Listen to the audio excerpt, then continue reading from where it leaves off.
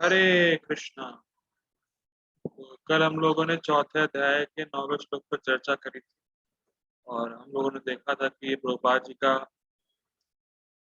मनपसंद श्लोक है। और प्रभुपाद जी ने कहा है कि गीता का सबसे महत्वपूर्ण श्लोक एक जगह प्रभुपाद जी ने बोला है, चौथे अध्याय का 9वां श्लोक है। और हम लोगों ने कल खूब चर्चा करी थी कुछ विषयों पे। पहले एक बार श्लोक आते हैं, फिर उसके बाद कल का थोड़ा सा रिवाइज करके फिर आगे बढ़ते हैं। जन्म कर्म च मे दिव्यम् एवं यो वेत्ति तत्त्वतः त्यक्त्वा देहं पुनर्जन्म नैति मामेति सोऽर्जुन। जन्म कर्म च मे दिव्यम, जो मेरे जन्म और कर्म की दिव्यता को समझ लेता है। एवं यो वेत्ति तत्त्वतः, कैसे समझ लेता है? तत्त्वतः त्यक्त्वा देहं पुनर्जन्म, इस देह को त्याग करने के बाद उसका पुनर्जन्म नैति नहीं होता है। तो फिर क्या होता है? मामेति, भगवान के पास हे अर्जुन पहुंच जाता है, मेरे पास आ जाता है, भगवान कृष्ण कहते हैं। तो कल हम लोगों ने दिव्य शब्द के 3 अर्थ लिए थे और फिर हम लोगों ने चर्चा करी थी कि भगवान का जन्म, कर्म, रूप, नाम, गुण, ये 5 चीजें जो है भौतिक 5, ये जो भौतिक नाम है, भौतिक गुण है, भौतिक रूप है, भौतिक जन्म, भौतिक कर्म क्या होता है, और भगवान का ये सब, भगवान की जो 5 चीजें हैं वो कैसे भौतिक से अलग, कैसे वो दिव्य है। हम लोगों ने कल ये भी देखा था जीव गोस्वामी की टीका से, जो कि भागवतम के 8:3-8 पे उन्होंने करी। और तत्वतः का एक अर्थ हम लोगों ने लिया था कि अगर लॉजिक से समझ नहीं आ रहा है तो शास्त्रों का प्रमाण स्वीकार करें, आस्तिक की बुद्धि से इसको स्वीकार किया जाए और शुष्क चिंतन से बचा जाए, या किसी उक्ति की अपेक्षा से बचा जाए। तो कल हम लोगों ने तत्वतः का एक अर्थ देख के रुक गए थे। अब हम लोग आगे बढ़ते हैं। पहले अनुवाद देखते हैं, तो उसके बाद आगे कंटिन्यू करते हैं। अनुवाद। हे अर्जुन, जो मेरे आविर्भाव तथा कर्मों की दिव्य प्रकृति को जानता है, वह इस शरीर को छोड़ने पर इस भौतिक संसार में पुनः जन्म नहीं लेता, अपितु मेरे सनातन धाम को प्राप्त।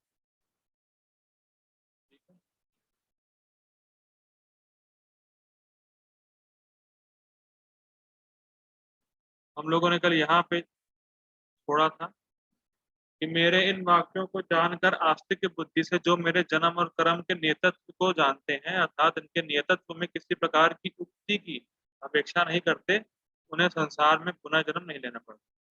ये एक अर्थ था तत्वतः का। अब हम लोग तत्वतः का दूसरा अर्थ देखते हैं।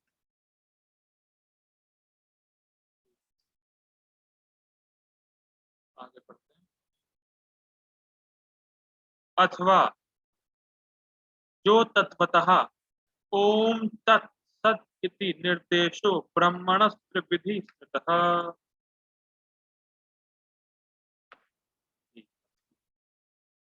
इस परवर्ती वाक्य में तत् शब्द का तात्पर्य ब्रह्म से समझते हैं। उन्हें वर्तमान देह परित्याग करने के पश्चात पुनः जन्म नहीं लेना पड़ता है, अपितु में मुझे ही प्राप्त करते हैं। क्या अर्थ है? कहना क्या चाह रहे हो? बोलिए आप। कहाँ कहाँ से टीका ले आ रहे हैं? तो देखिए, ये बहुत डिफिकल्ट नहीं है, बहुत इजी है, और ये सब चीजें प्रभुपाद जी अपने तात्पर्य में लिखेंगे, इसीलिए हम लोग ये बहुत बहुत हाई लेवल नहीं है, बहुत इजी है। ठीक है, समझते हैं इसको। ओम तत्सत इति निर्देशो ब्रह्मण स्त्री विधि स्मृतः।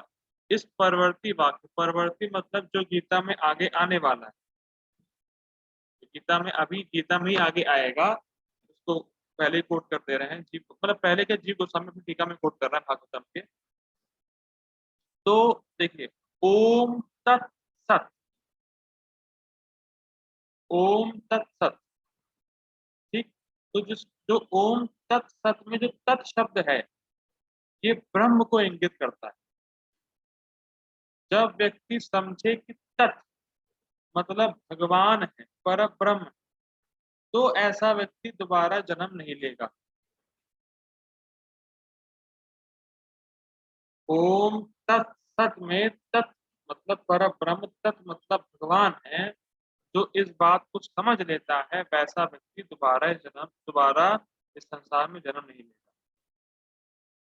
अब इसको थोड़ा सा इजी में समझिए। तत्वतः, तत्वतः, तोड़िए इसको। तत्वत, जन्म कर्म च मे दिव्यम एवं यो वेति तत्वत। मतलब क्या है कि जो भगवान की लीलाओं को ब्रह्मवत समझता है, स्पिरिचुअल समझता है। तत्वत का अर्थ है कि ब्रह्म, भगवान की लीलाओं को ब्रह्मवत समझता है। तत् मतलब ब्रह्म, तत् मतलब भगवान, तत् मतलब स्पिरिचुअल। तो जो भगवान की लीलाओं को स्पिरिचुअल समझता है उसका दोबारा जन्म नहीं होता है। ये अर्थ है तत्वतः। तत् मतलब ब्रह्म, तत् मतलब ब्रह्म, तत् मतलब स्पिरिचुअल। तो तत्वतः, तो जो भगवान के जन्म और कर्म को तत् स्पिरिचुअल समझता है, या जो भगवान की लीलाओं को स्पिरिचुअल समझता है उसका दोबारा जन्म नहीं है।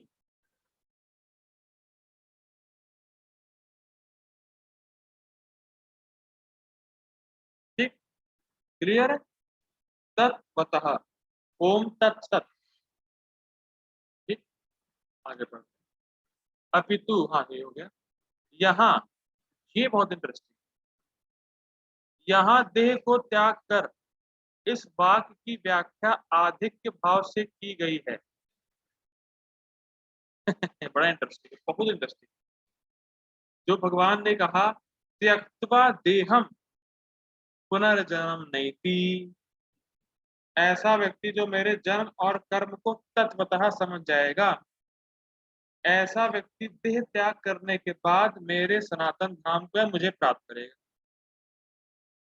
ठीक, तो यहाँ कह रहे हैं कि भगवान का ये कहना कि देह त्याग करके मुझे प्राप्त करेगा, ये तो बहुत बोल दिया है। ये तो अधिक के भाव है, मतलब बहुत अधिक ही बोल दिया है। इसमें इतनी महिमा प्रदर्शित नहीं हो रही है कि देह त्याग करके मेरे पास पहुंचे। भगवान के जन्म कर्म जिसने इस जन्म में भी समझ लिया तत्वतः, वो इसी जन्म में भगवान को प्राप्त कर लेगा। ये कहने का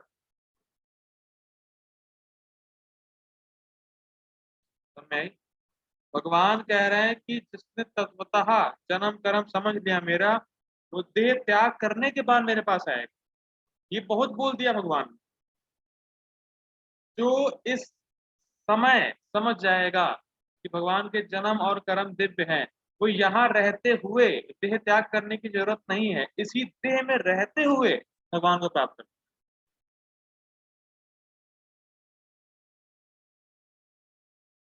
देह त्याग करने के बाद तो बात है ही है वो, लेकिन वो बहुत अधिक है, वो आधिक्य है। बहुत अधिक बोल दिया भगवान ने, बहुत ज्यादा बोल दिया, लेकिन इस समय इस देह में रहते हुए भी भगवान को प्राप्त कर। ये अर्थ इस वक्त की इस शरीर में रहते हुए भी मतलब अभी से हमने प्राप्त कर लिया है भगवान को, जैसे एग्जांपल ले लो। आगे आएगा।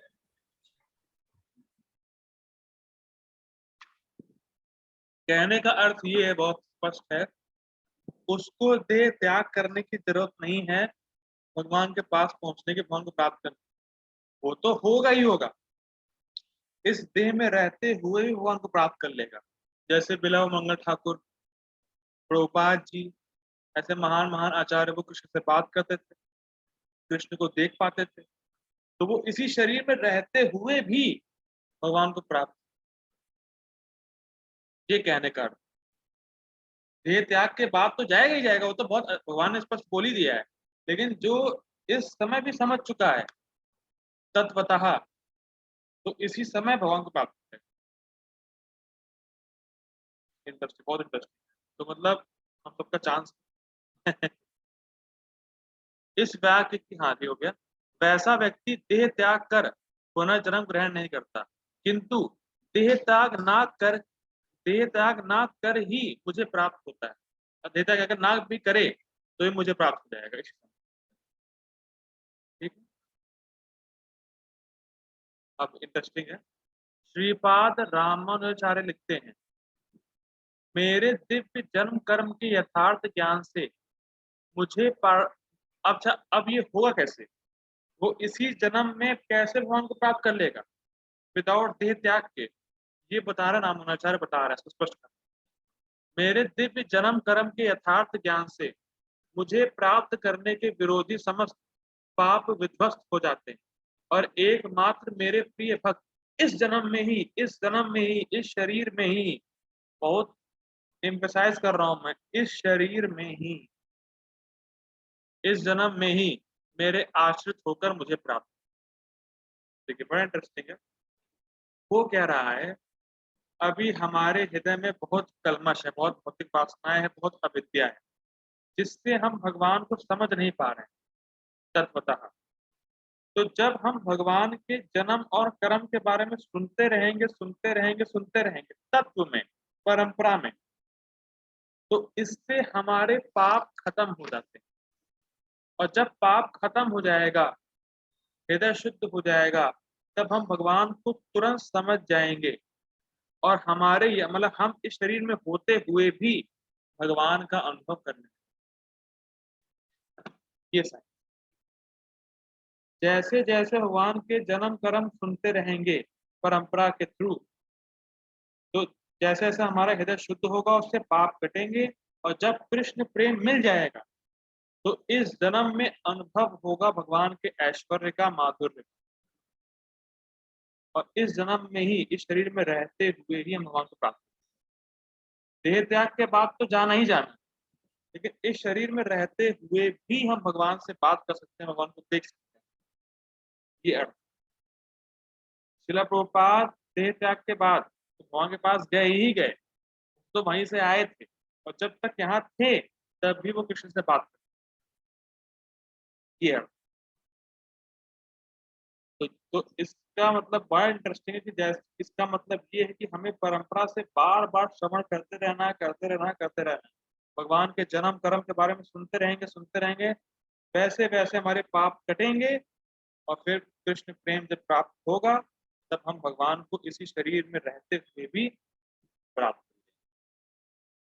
और बाकी देह त्याग के बाद तो जाना ही जाना है, तो वो देह त्याग तो भगवान ने बहुत अधिक बोल दिया है, आप इस शरीर में रहते हुए भी भगवान की प्राप्ति कर सकते हैं, ये कहने का अर्थ। ठीक? अभी एक श्लोक कोट कर रहे हैं, सत्वे प्रलीनः स्वर्यान्ति नरलोकं रजोलयः, तमोलयास्तु निर्यम यान्ति माम एव निर्गुणः। श्रीमद् भागवतम 11:25-22। जो लोग सतोगुण में रहते हुए इस जगत को छोड़ते हैं, वे स्वर्ग लोग जाते हैं। उस अब त्यक्त्वा देहम पुनर्जन्म के बारे में बता रहे हैं। तत्वता के दो अर्थ देखिए, अभी तक क्या सीखा, दिव्य शब्द के 3 अर्थ देख लिए, भौतिक नाम रूप गुण जन्म कर्म, उससे भगवान कैसे अलग हैं ये देख लिया, तत्वता के 2 अर्थ देख लिए। अब त्यक्त्वा देहम पुनर्जन्म, उसके विषय में टीका हो रही है, अर्थ आ रहा है। ठीक है, क्लियर होना चाहिए। जो लोग सतोगुण में रहते हुए इस जगत को छोड़ते हैं, वे स्वर्ग लोग जाते हैं। जो रजोगुण में रहते हुए छोड़ते हुए मनुष्य लोक में रह जाते हैं, और तमोगुण में मरने वाले नरक लोक में जाते हैं। किंतु जो प्रकृति के सारे गुणों से मुक्त है, वे मेरे पास, ठीक है, 3 गुणों से ऊपर होना चाहिए। अब इंटरेस्टिंग नोट,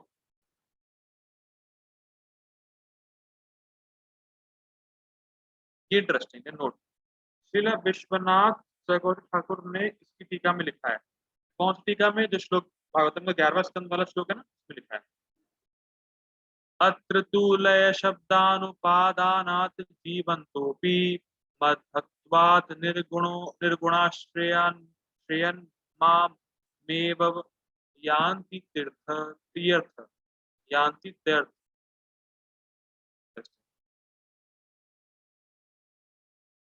लय शब्द नहीं रहने के कारण यह स्पष्ट होता है कि जीवित रहते हुए भी मेरे भक्तगण निर्गुण होने पर मुझे प्राप्त।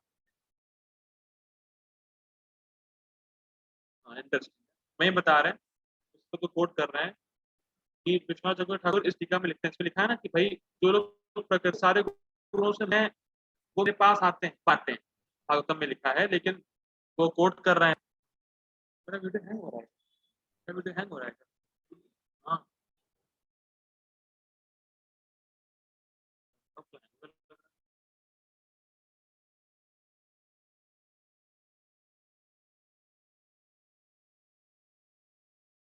हरे कृष्णा।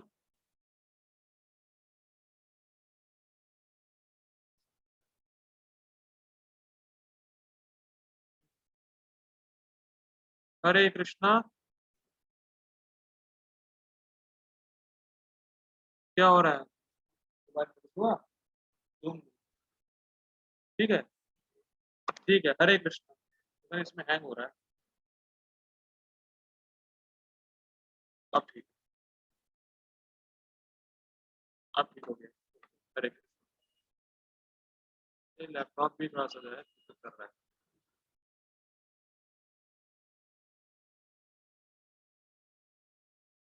ठीक है। हाँ देखिए, भागवतम में लिखा है कि जो प्रकृति के सारे गुणों से मुक्त है फिर वो मेरे पास आएगा, लेकिन वो कह रहे हैं, आचार्य कह रहे हैं कि भैया ऐसा नहीं। अगर अगर वो इस जीवन में रहते हुए भी तीनों गुणों से ऊपर हो गया और मेरे भक्तगण निर्गुण होने पर, जैसे मेरे भक्त निर्गुण हुए, कृष्ण प्रेम उनको प्राप्त हुआ, तो वो इस जीवन में रहते हुए ही मुझे प्राप्त कर लें। ये कहने का तो मैं स्पष्ट कर रहा है।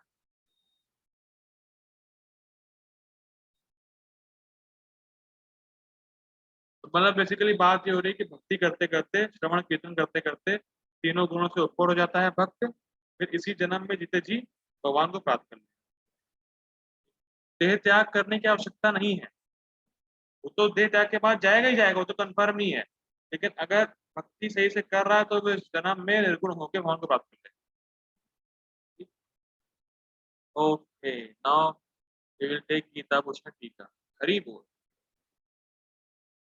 ये बड़ी सिंपल होगी क्योंकि बहुत सी बातें हम लोगों ने चर्चा कर ली है। इसी होगा, देखिए पढ़िए, पढ़ते हैं।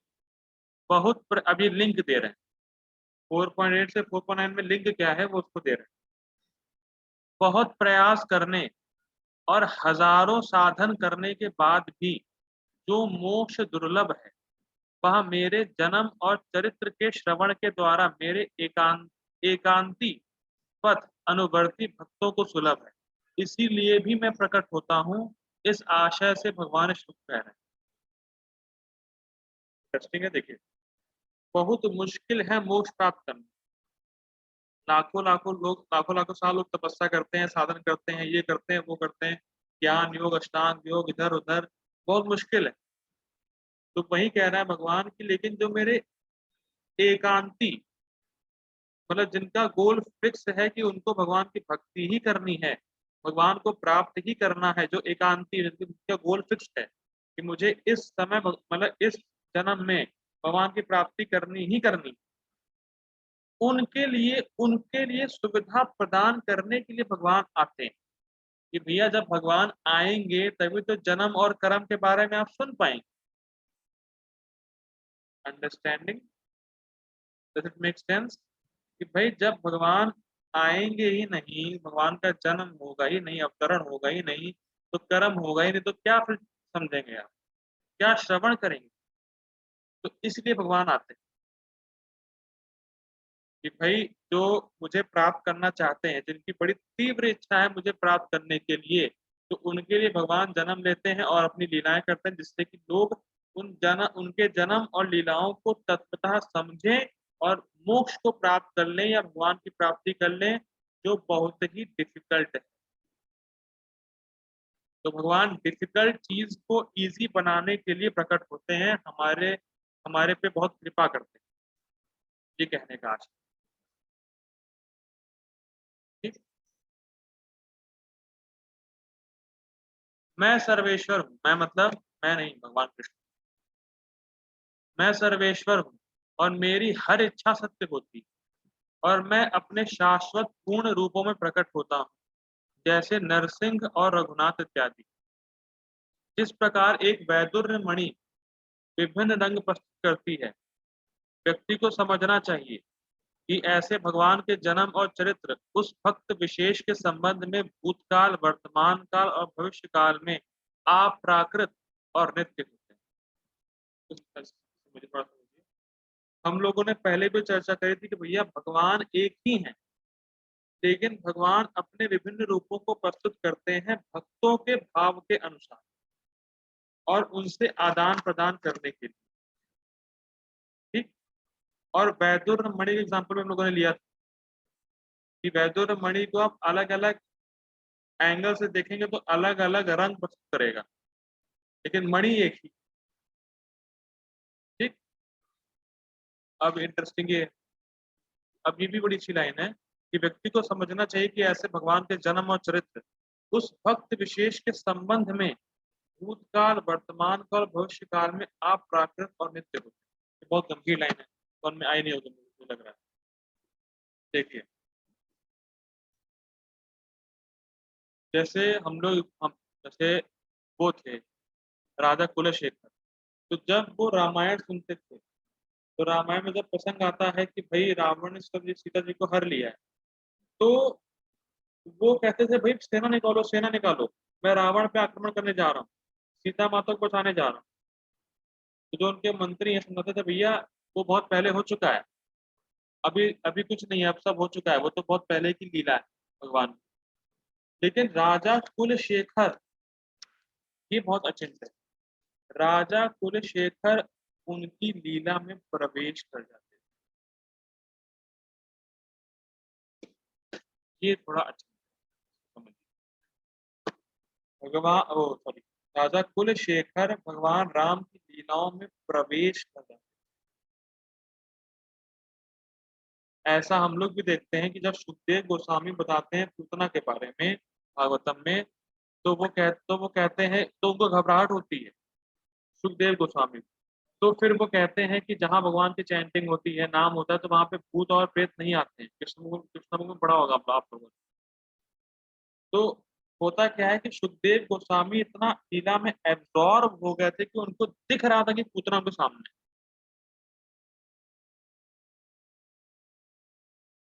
बात समझ में आ रही है?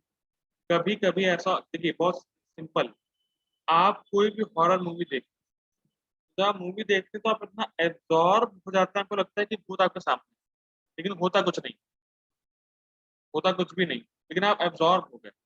तो इसीलिए यहाँ बताया जा रहा है कि जो भक्त होते हैं वो भगवान की लीलाओं में एब्जॉर्ब हो जाते हैं और उनको भगवान की लीलाएं उनके सामने दिखती है, ये बताया जा रहा है।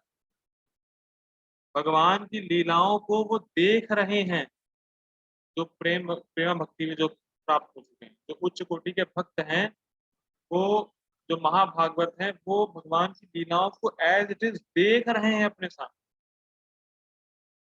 इसीलिए कहा जा रहा है कि भूतकाल, वर्तमान काल और भविष्य काल में अप्राकृत, मतलब जो पहले हो चुकी है उनको वो दिख रहा है। तो इसीलिए भगवान की लीलाएं नित्य है और अप्राकृत है, स्पिरिचुअल है, नित्य है, हमेशा ही चलती रहती है। जो पहले हुआ है वो अभी भी हो रहा है और महाभागवत उनको देख पा रहा है। ठीक है, तो बड़ा अचिंत्य है। जब आप लोग प्रेम भक्ति को प्राप्त कर जाएंगे तब लोग समझेंगे। आगे बढ़, साथ ही उसका दृढ़ विश्वास होना चाहिए कि मेरे जन्म और कर्म दिव्य है, जैसा इन वाक्यों से प्रदर्शित होता है।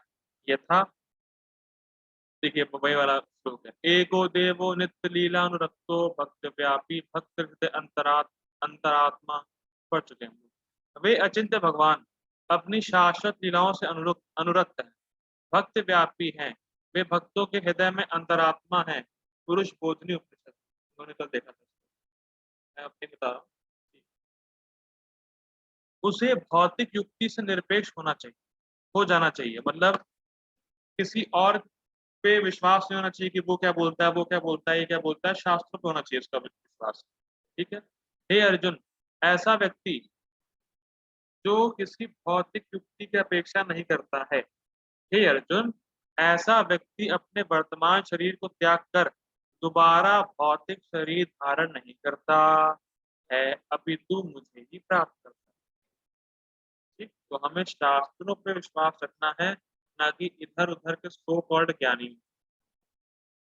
शास्त्रों पे विश्वास रखना है और जो परंपरा में, जो गुरु परंपरा में है, उन पे विश्वास करना है बस। ठीक, जिनके कर्म अत्यंत मनोज्ञ और उस भक्त से संबंधित होते हैं और जो उस स्वरूप को प्रकट करते हैं, जिनकी उपासना उस भक्त ने की थी, इस प्रकार भक्त मुक्त हो जाता है। थोड़ा समझ में नहीं आया होगा। देखिए, भगवान की विभिन्न लीलाएं, ठीक, लेकिन हर भक्त को भगवान की कोई ना कोई एक विशेष लीला पसंद होती है, उसके शाश्वत संबंध के अंदर। हमें इस समय अपना शाश्वत संबंध नहीं पता है कृष्ण से, इसीलिए अभी हमें डिफिकल्टी फील होती है। हम सब लीलाओं को एक प्रकार से देखते हैं, लेकिन जब उच्च कोटि के भक्त बन जाएंगे, जब हृदय शुद्ध हो जाएगा हमारा कभी न कभी, तो हमें कोई एक विशेष लीला पसंद आएगी भगवान की।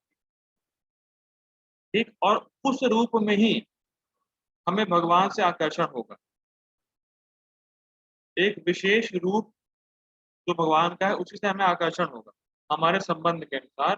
तो यहाँ पे कहा जा रहा है कि मृत्यु के समय उस भक्त के संबंध के अनुसार भगवान वही रूप प्रकट करते हैं भक्त को, और फिर वो मुक्त हो जाता है। ये बात कही है कि मृत्यु के समय आपका जिस भी भगवान के रूप से आकृष्ट हैं आप, वही रूप मृत्यु के समय भगवान प्रकट करते हैं भक्त के समय, और उससे फिर वो मुक्त हो जाता है। इतनी बात कही है। ठीक है। तत्वतो वेति का अर्थ यह भी है कि जो भगवान के जन्म और कर्म को ब्रह्म से अभिन्न मानता है, मतलब स्पिरिचुअल मानता है, तो उन्होंने देखा। तत्वतः का इस प्रकार का अर्थ इसलिए है क्योंकि श्रुतियों में ब्रह्म का वर्णन इन वाक्यों से होता है। तत् तत्त्वम असि ही, आप ही वह ब्रह्म, भगवान आप ही वो पर ब्रह्म। ठीक,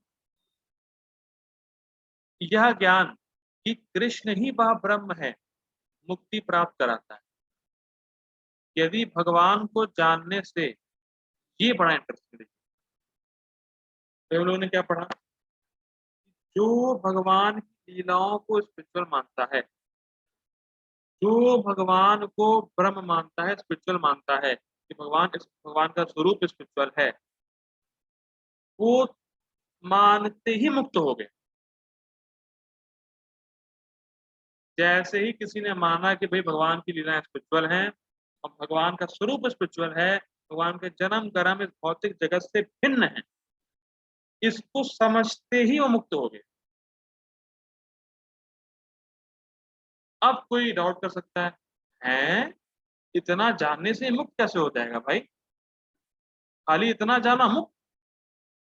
ये पॉसिबल नहीं है कि भाई मोक्ष तो हजारों हजारों लाखों लाखों साल लोग तपस्या करते हैं, फिर उनको मोक्ष प्राप्ति होती है, और आप यहाँ कह रहे हैं इतना जान जाओ मुक्ति भगवान के पास। तो इसके लिए बलदेव विद्याभूषण श्लोक कोट कर रहे हैं। ये थोड़ा सा एडिशनल बलदेव विद्याभूषण की टीका में कि वो श्लोक भी कोट कर रहा है, रेफरेंस भी दे रहे हैं शास्त्र।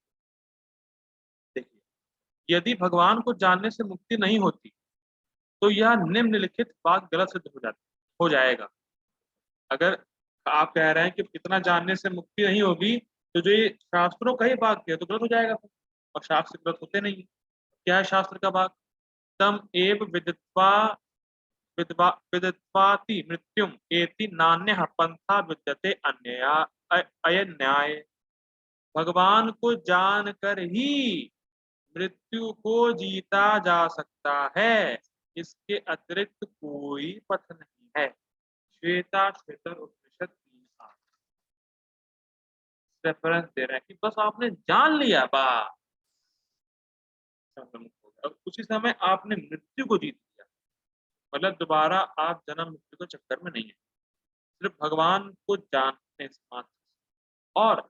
और कोई ऑप्शन नहीं है, ये भी इंटरेस्टिंग कि आपको भगवान को जानना ही पड़ेगा और कोई ऑप्शन ही नहीं है। देखिए बड़ा इंटरेस्टिंग। तो हम लोग इस श्लोक से क्या सीख रहे हैं, तो समराइज कर दे रहा हूँ कि जो 4.9 है उससे हम लोग सीख क्या रहे हैं अभी तक जो पढ़ा। हम इस श्लोक से ये सीख रहे हैं कि जो भगवान को जानेगा तत्व में वही भगवान के पास पहुंचेगा, पहला। ये भी सीख रहे हैं कि अगर भगवान को कोई नहीं जानेगा तो कभी भगवान के पास नहीं पहुंचेगा, दूसरा पॉइंट। तीसरा, भगवान को जानने का अर्थ ये है कि वो ये स्वीकार करे आस्तिक की बुद्धि से कि भगवान का नाम रूप गुण इत्यादि सब स्पिरिचुअल है, भौतिक से उसका कोई सरोकार नहीं। अब हमारे पास 1 मिनट से भी कम है, मैं ये पढ़ लेता हूँ। बाकी श्लोक को भी इसी प्रकार समझना चाहिए। भगवान के जन्म और कर्मों की दिव्यता के संबंध में श्लोक क्रमांक 6 में उक्ति विस्तार में प्रस्तुत की जा चुकी है और उनको वहां से समझा जा सकता है। मतलब छठे श्लोक में भगवान ने डिटेल में बताया है कि भगवान क्यों आते हैं, भगवान स्पिरिचुअल है, अजन्मा है, आदि है, सब भगवान ने 4 पॉइंट्स में बताया हुआ। ठीक, अब हमारी मीटिंग एंड हो रही है। अब आप लोग दोबारा ज्वाइन हो जाइएगा, सब लोग पपा जी का पर्पल ले लें। अरे